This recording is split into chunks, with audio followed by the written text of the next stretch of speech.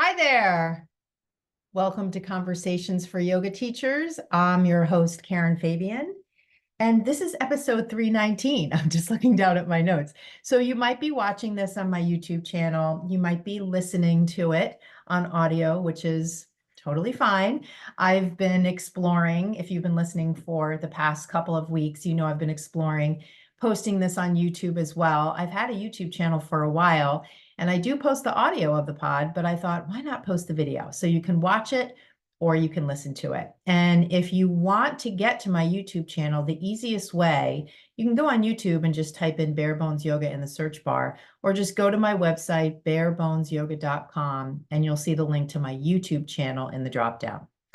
Okay, so I am recording this on, not March. Why did I write March 17th? I'm recording this on October 17th, and this will go live on October 24th, 2024. I record pretty much all my episodes so that you can listen to them any time of the year or any year, and the information will still be relevant. But I always like to give you the date just so you know what date and time this is, especially if I mention something going on in my life or something going on in the public domain. It's just, I think, nice to have a point of reference. And the one thing I will say is, because I am recording this on October 17th, 2024, that means that exactly 1 week from today, I will be in Paris. Merci beaucoup. So yes, I have been planning this trip, not for too long. Truth be told, when I started watching the Olympics in Paris this summer, there again is another time reference, I was so taken by the idea of going to Paris that Ben and I sat down. Turns out we had enough miles on the credit card, so we got the flight for free, or, for free as you can perceive it, because we spent the money on the card. But that does take a chunk of the expense out of it in the short term, in the here and now. And we booked a hotel room. I connected with a woman who I found on TikTok who does travel videos about Paris and France in general. And we booked this hotel room that has a view of the Eiffel Tower. And I'm so excited to go. We're only going to be there for a short period of time, but I think it's the perfect amount of time. We leave on a Wednesday night from here in Boston. We fly direct to Paris. We get there Thursday morning, and we're there Thursday, Friday, Saturday, and then we come home Sunday, and we get back by Sunday at 6. So honestly, it's not a long time, but it's just enough time. I don't know how long Ben's going to take sitting in a cafe and going shopping, but I definitely want to go see Versailles and obviously have croissants and escargot. And I'd love to go to the Ritz Paris and have tea. So definitely looking forward to it. If you do catch this episode before I go, because this will go live on the 21st, October 21st, 2024, which is the Monday before I leave, and you've been to Paris and you want to send me travel tips, definitely do that. So what I'm going to be talking to you about today is, I created this really cool framework to help you uncover the why behind the cues, and specifically anatomy-based cues. I'm going to be presenting this coming Saturday at an in-person anatomy training I'm going to be doing for my friend Amber Bevilacqua, who runs a 200-hour teacher training program here in Massachusetts. And truth be told, it's actually the first in-person training I'm going to be doing since COVID. I used to do a whole bunch of in-person anatomy trainings as part of 200-hour trainings run by studios here in the Boston area. And then, of course, when COVID shut down all the studios, that piece of work for me went away and everything went online. So I continued to do these trainings. I just did them on Zoom. And now, of course, everything's back. So I'm super excited to put Mr. Bones in the car, my skeleton, all my supplies, my overhead projector, and go on a road show to do an anatomy training. And because of that, I created this new format for how to share anatomy-based cues. And I want to not just how to share it, how to uncover the why behind the cue. And this is such an important piece of something that I talk about a lot. So if you're a longtime listener of the show, you probably heard this saying before, this mantra that I've created. And I want to share that with you first. If you've also listened to the show, you know that I like to share a portion of the show that I call the Mindset Minute. And the Mindset Minute is really just a quick mantra or mindset exercise, something to address how you're feeling when you teach and to really up level how you feel. Because so much of how you come across to your students is going to be connected to how are you feeling in your own body and in your own mind. If you feel nervous, if you feel like an imposter, if you don't feel expert enough, that's definitely going to come through. And I want you to go into the class and feel as positive and empowered as possible. Even if you're having a bad day, even if you're going through troubles of some kind, even if there's some sort of struggle going on in your life, there is still a part of you that is the yoga teacher. And to have an ability to tap into that empowered way of showing up for people is such an important skill. It's really an important skill that we also need to have as teachers. But unfortunately, this kind of thing is just not taught. And it's really a bummer because there's so much more information out there now. If you listen to any of the neuroscience-based podcasts, like the Huberman Lab podcast, there are many neuroscientists that he has on his show that speak to mindset, to literal studies that are being done to understand not only the neurochemistry behind up-leveling one's mindset, but also the behavioral changes, the daily habits that one can employ to really shift from, in general, we can call a fixed mindset to a growth mindset. And that paradigm was created, or framework was created, by the researcher Carol Dweck, D-W-E-C-K. I referred to her in past episodes. If you are interested in this sort of thing, I would highly recommend you get her book, which I believe is called The Growth Mindset. So the saying that I want to share with you is the following: when I teach from what I know, my confidence grows. When I teach from what I know, my confidence grows. And the connection here, of course, is between speaking from what you know and how you feel, feeling confident. And this, again, is something that's not brought up. And it's so much a part of the teacher experience. I can say for absolute surety that over the years, especially the past 3 years of working with yoga teachers, I've asked a lot of questions to understand the challenges that they're telling me that they're facing. And there's so much that resides in this: how do I feel? I want to feel confident and I don't feel confident. And I'm not sure how to bridge the gap between how I'm feeling now and feeling confident. I know in my head, intellectually, I want to feel confident, but how do I get there? I almost see it like you're driving on a road and all of a sudden the road stops and there's this big cavern and you can see the road continues on the other side, but you're not sure how to bridge that gap. You're not sure how to jump over it. And it's also sort of perpetuated this feeling of I don't feel confident and I'm not sure how to get there. It's perpetuated by this training model where teachers are trained to a script and teachers are trained to this idea of say this, say that for these poses. And so the modality that they most often employ is this repeating from a script modality. And some teachers literally will bring notes in, will bring a script in, will start to ingrain in their head a very sort of robotic repetition of words. Now, on some level, every yoga teacher starts out like that. However, what typically happens is around the 6-month to 1 year mark, teachers yearn for more. I actually just had somebody yesterday enroll in my program. Shout out to Kelly. And that's what she said to me. She said, I'm tired of just repeating the cues. I really want to understand the why behind the cue.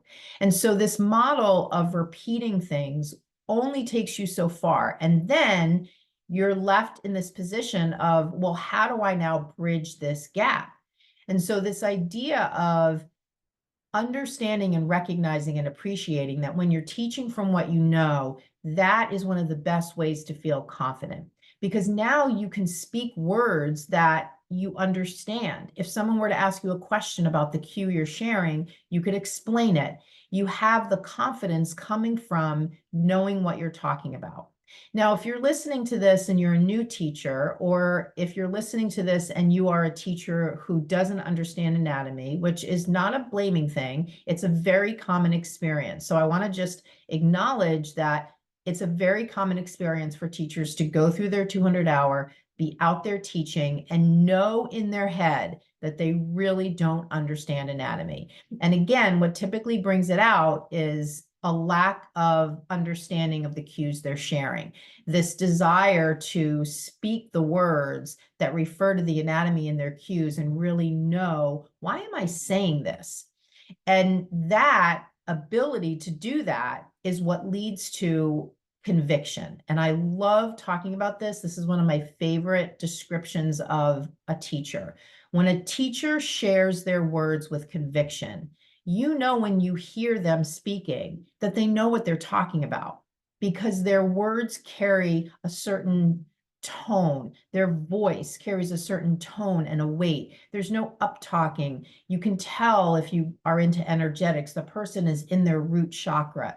Their feet are firmly grounded. And believe me, I am definitely intentionally speaking of these physical sensations along with the auditory transfer of information to your students. And this is, again, sort of the balance between how are you feeling when you share your cues and how is it landing on your students. And so this idea of teaching from what you know not only leads to your confidence growing, but it affects how your words land on your students, because now you're speaking from what you know. So there's this conviction, this belief behind what you're saying, which changes the tone of your voice. There's no, like that speaking from the throat, like, no, no, no, no, no, that up talking sound.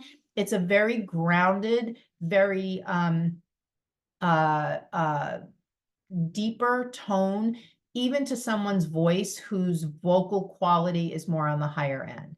And that comes in part from really feeling comfortable doing what you're doing, comfortable in your skin, feeling like you're saying the right things, feeling like you're being authentic. And so all of those feelings going on in your brain affect how your voice sounds. I'll just give a shout out to a prior episode I did with Tracy Goodwin, who is a vocal coach, and we go into a lot of this in detail. So I encourage you, if you're interested in this and really up-leveling the quality of your voice, to go back and take a listen to that episode. So that's kind of the setup, this idea that when you speak from what you know, your confidence grows. And at the same time, appreciating that you may be listening and knowing that you don't understand anatomy. Now, I'm going to make an offer to you at the end of this episode that will give you a chance to learn anatomy in a very short period of time. And I'll save that for the end. So if you're listening and you know that you're one of those people that really needs to do some work to learn anatomy, I've got you. I'm going to tell you about it at the end of the episode. So with that, let me give you some place to start, and then I'm going to give you the anatomy framework, which will be a little bit of a test for you to test your knowledge on anatomy, which I actually think is a great thing to do, because when we test our knowledge on anatomy, it's a great way to identify if we have a learning gap. And if you identify through this process that you have a learning gap, that's okay, because I'm going to help you at the end with an offer that you can take so to fix that problem. So here's the idea. The first thing I want to speak to is, what can you do in the interim? Because I'm not here to talk to you about anatomy to maybe identify that you have a learning gap and then leave you hanging. I want to give you something that you can do straight away. So if you've listened to some of my other episodes, you know I have a cueing methodology that's based on 4 types of cues: action, alignment, anatomy, and somatic.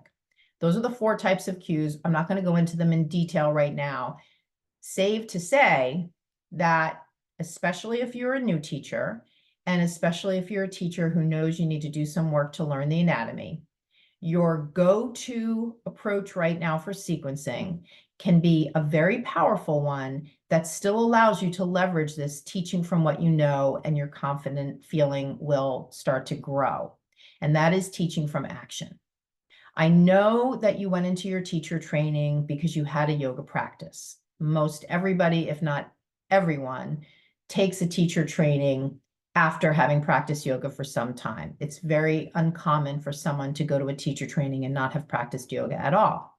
So that means I know you know the poses. I'm not saying you can do every single pose. There's, I think, maybe thousands of poses, but you know the essential fundamental poses. So you know the what to do. You know the action.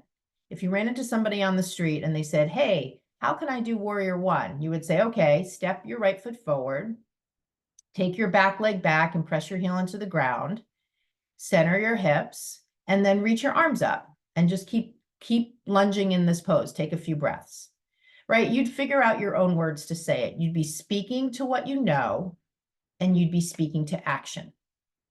You'd be speaking to what you know, and you'd be speaking to action. And so that is a strategy for you that you can use right now as a new teacher and as a teacher who knows they need to learn anatomy. Therefore, they don't want to use anatomy cues because they know they won't feel confident using them because they don't know what they're talking about. They don't know the why behind the cue, but they still want to teach powerful classes that impact people with clear cues that people will understand. So that's your right now approach. Okay. So now let's talk about sharing anatomy cues. So one of my favorite frameworks for sharing anatomy-based cueing is to share 3 action cues and then 1 anatomy cue that speaks to a muscle concentrically contracting. So we're going to go into some examples. What I want to do now is share with you this framework I created that can help you uncover if you truly know the why behind the cues you're already using, right? Like this is not cues you would use in the future. I mean, there are, I'm sure, many, many yoga teachers out there speaking to anatomy in their cues. And if someone asked them a question about it, they wouldn't know how to explain it. Or they're sharing anatomy in their cues. Nobody's asking them a question, but as they're saying the words, they're looking out at their students and their students are out of alignment. They're not getting it. Or they're feeling as they're sharing the cue, they're hearing that voice in the back of their head. You don't actually know what you're talking about here. Why are you saying these words? I know all of this because I've talked to teachers, and this has been a very common experience. These experiences I'm sharing with you here. So here's the idea of kind of, this is sort of it's almost like a chart. I want you to think about a chart in your head. So imagine along the top of the chart, there are 4 columns: pose, action cues, anatomy cue, and rationale.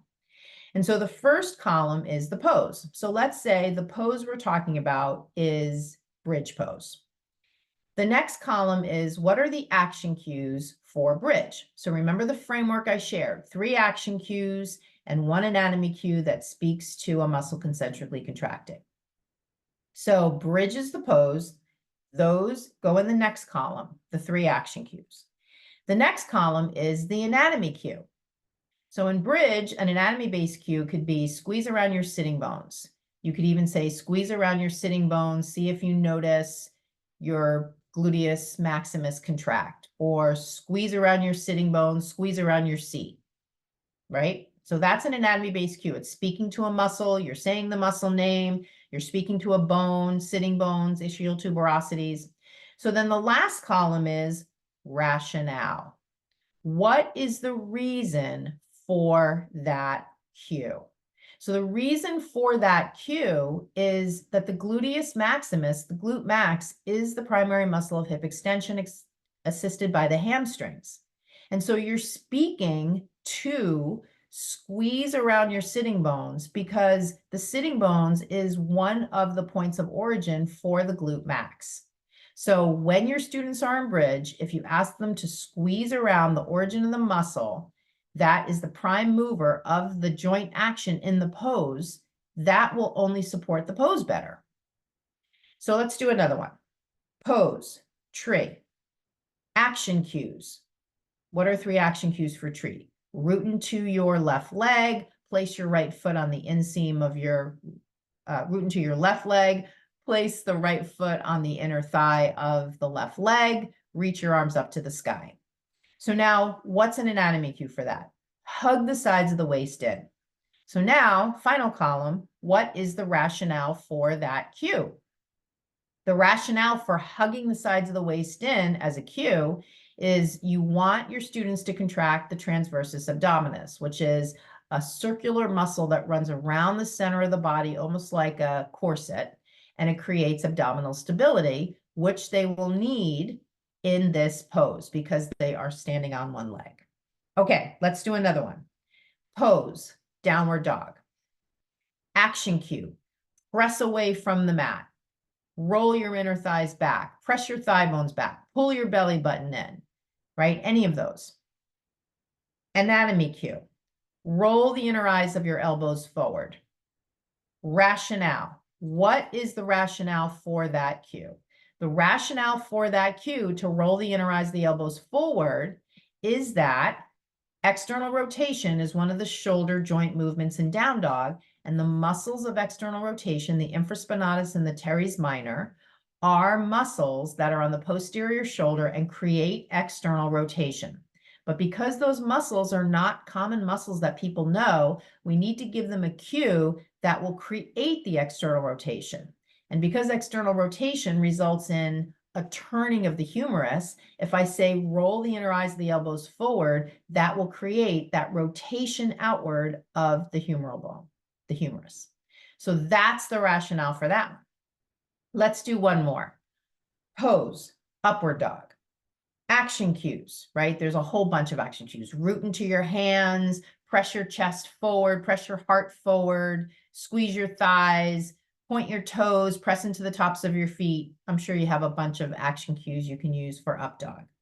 Anatomy cue, squeeze your shoulder blades together, right? Now that might not seem like an anatomy cue, but when you squeeze your shoulder blades together, you are creating scapular adduction, which is a joint movement. So final column, rationale. What's the why for that? Well, the why for that is when you squeeze your shoulder blades together in up dog, you create, or you're doing it as a result of the contraction of the middle traps and the rhomboids, which in part help create spinal extension. Along with the erector spinae, which is creating spinal extension, that scapular adduction created by rhomboids and middle traps will also facilitate that spinal extension, which is part of upward dog. So these 4 examples give you an idea of how to test your knowledge around the anatomy-based cues you're sharing.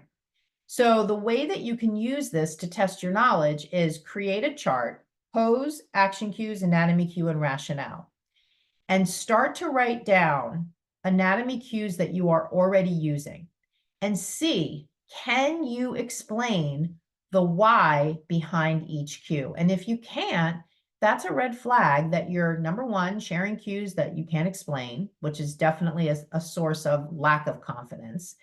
And it's also just an opportunity to recognize that there's a learning gap that you have around anatomy.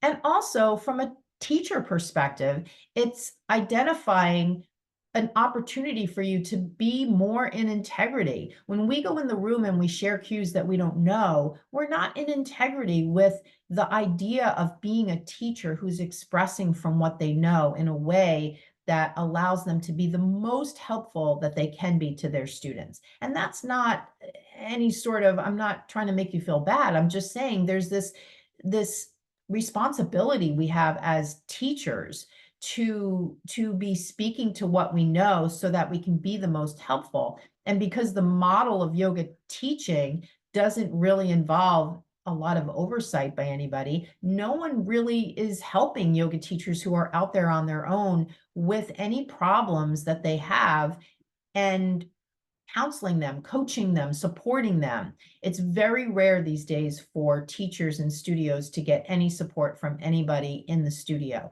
So that's why each teacher has the responsibility to seek out that kind of support so that when they go and teach their classes, they can be in integrity on all levels. Okay, so that gives you the framework. The last thing I'm going to share that's related to this is if you go to my Instagram bio, I have an anatomy test in the link. And that's just a straight up anatomy test. There's 20 questions. They'll test your knowledge on a variety of things, joints, muscles, joint action. It's a really good opportunity for you to take that. If you're listening to this episode and you're thinking, I think I need to brush up on my anatomy, take the test, see how you do. If you get less than 90%, I would say you've got some work to do. And then the last thing I'll say is what I mentioned earlier. You're listening to this, you know you need to learn anatomy, you're not sure what to do. I'm going to tell you right now, I can help you in 30 days learn anatomy. You don't need to enroll in another 200-hour training. You don't need to buy a bunch of books. You don't need to watch a bunch of videos. Work with me for 30 days. And not only at the end of the 30 days will you understand the fundamentals of anatomy, the process will be fun. It will be doable. It will be, dare I even say, easy. And you'll have me supporting you with a 10-step blueprint I've used with dozens of teachers all over the world have used this blueprint with wild success. So if you are listening to this in the month of October, send me a DM on Instagram with the words October Anatomy. If you're listening to this in the month of November, I will honor this promotion in November as well. Send me an email with the words November Anatomy. And what I will offer you is $300 off my full program, which will do in an accelerated fashion and get you done in 30 days, understanding anatomy, feeling more confident, going into your classes, knowing you're in integrity, knowing you can truly understand the why behind the Q. And that transformation, I can tell you from experience, teachers feel amazing. So with that, we're going to end this episode. I hope that you found this helpful. I can't wait to chat with you on the next episode. Thank you so much for watching. Thank you so much for listening, and keep up with the amazing work. Namaste.